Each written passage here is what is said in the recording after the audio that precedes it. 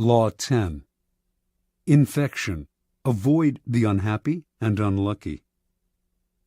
Judgment. You can die from someone else's misery.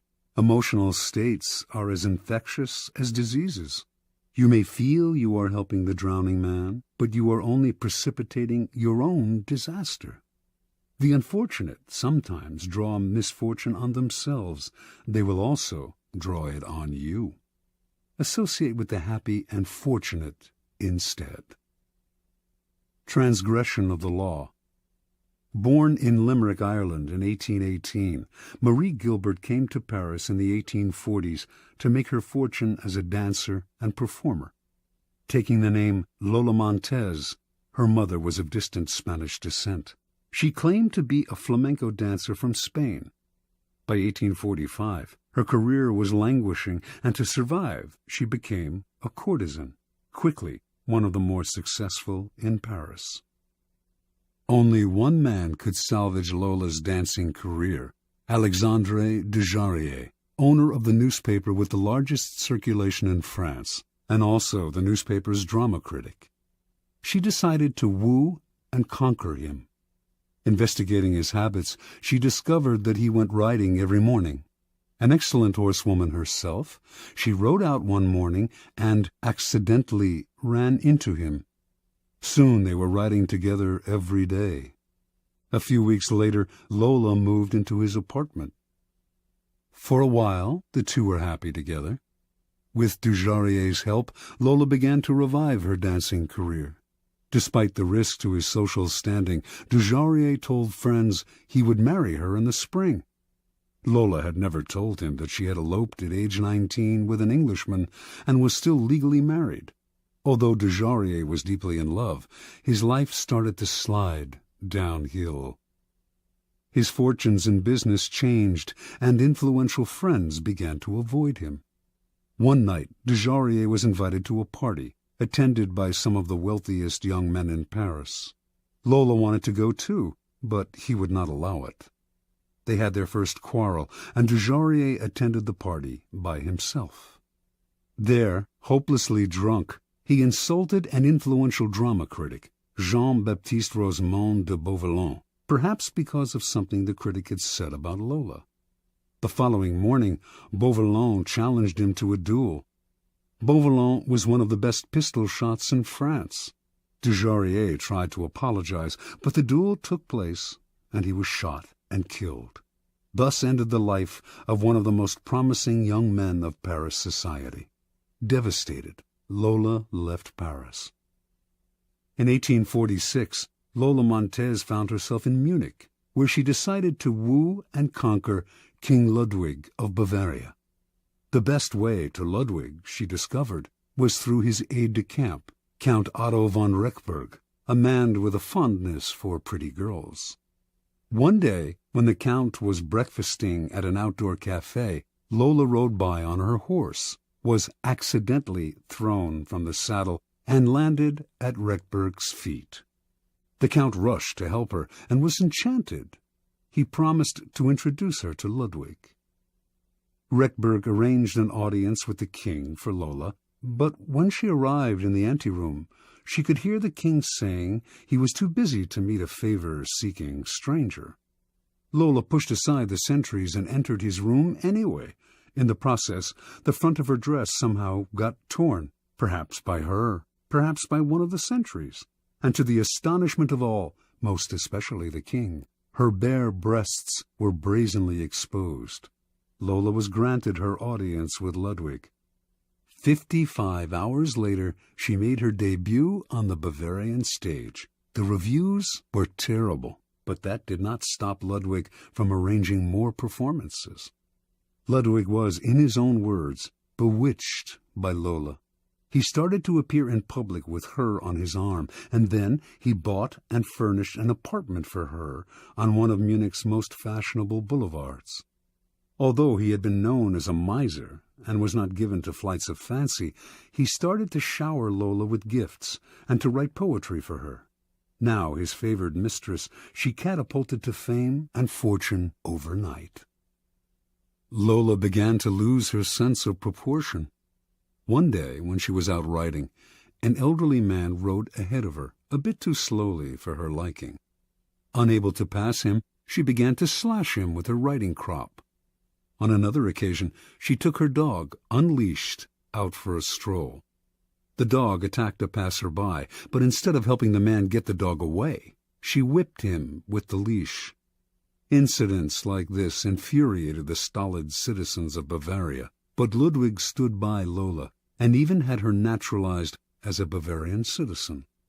The king's entourage tried to wake him to the dangers of the affair, but those who criticized Lola were summarily fired. While Bavarians who had loved their king now outwardly disrespected him, Lola was made a countess, had a new palace built for herself, and began to dabble in politics, advising Ludwig on policy. She was the most powerful force in the kingdom. Her influence in the king's cabinet continued to grow, and she treated the other ministers with disdain. As a result, riots broke out throughout the realm. A once peaceful land was virtually in the grip of civil war, and students everywhere were chanting, "Raus mit Lola!" By February of 1848, Ludwig was finally unable to withstand the pressure. With great sadness, he ordered Lola to leave Bavaria immediately. She left, but not until she was paid off. For the next 5 weeks, the Bavarians' wrath was turned against their formerly beloved king. In March of that year, he was forced to abdicate. Lola Montez moved to England. More than anything, she needed respectability, and despite being married, she still had not arranged a divorce from the Englishman she had wed years before. She set her sights on George Trafford Heald, a promising young army officer who was the son of an influential barrister. Although he was 10 years younger than Lola, and could have chosen a wife among the prettiest and wealthiest young girls of English society, Heald fell under her spell. They were married in 1849. Soon, arrested on the charge of bigamy, she skipped bail, and she and Heald made their way to Spain. They quarreled horribly, and on one occasion Lola slashed him with a knife. Finally, she drove him away. Returning to England, he found he had lost his position in the army. Ostracized from English society, he moved to Portugal, where he lived in poverty. After a few months, his short life ended in a boating accident. A few years later, the man who published Lola Montez's autobiography went bankrupt. In 1853, Lola moved to California, where she met and married a man named Pat Hull. Their relationship was as stormy as all the others, and she left Hull for another man. He took to drink and fell into a deep depression that lasted until he died 4 years later, still a relatively young man. At the age of 41, Lola gave away her clothes and finery and turned to God. She toured America lecturing on religious topics, dressed in white and wearing a halo-like white headgear. She died 2 years later, in 1861. Interpretation. Lola Montez attracted men with her wiles, but her power over them went beyond the sexual. It was through the force of her character that she kept her lovers enthralled. Men were sucked into the maelstrom she churned up around her. They felt confused, upset, but the strength of the emotions she stirred also made them feel more alive. As is often the case with infection, the problems would only arise over time. Lola's inherent instability would begin to get under her lover's skin.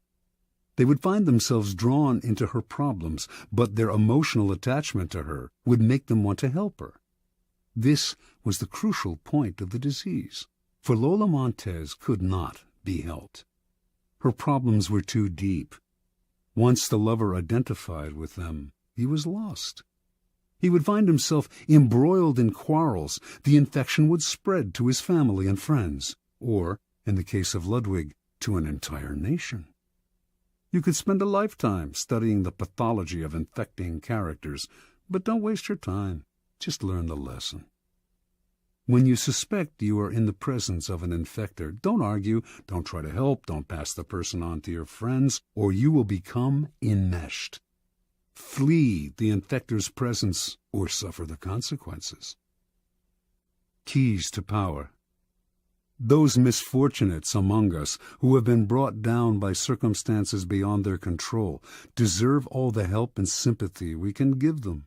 But there are others who are not born to misfortune or unhappiness, but who draw it upon themselves by their destructive actions and unsettling effect on others. It would be a great thing if we could raise them up, change their patterns, but more often than not, it is their patterns that end up getting inside and changing us. The incurably unhappy and unstable have a particularly strong infecting power because their characters and emotions are so intense. They often present themselves as victims, making it difficult, at first, to see their miseries as self-inflicted. Before you realize the real nature of their problems, you have been infected by them. Understand this. In the game of power, the people you associate with are critical. The risk of associating with infectors is that you will waste valuable time and energy trying to free yourself. Through a kind of guilt by association, you will also suffer in the eyes of others. Never underestimate the dangers of infection.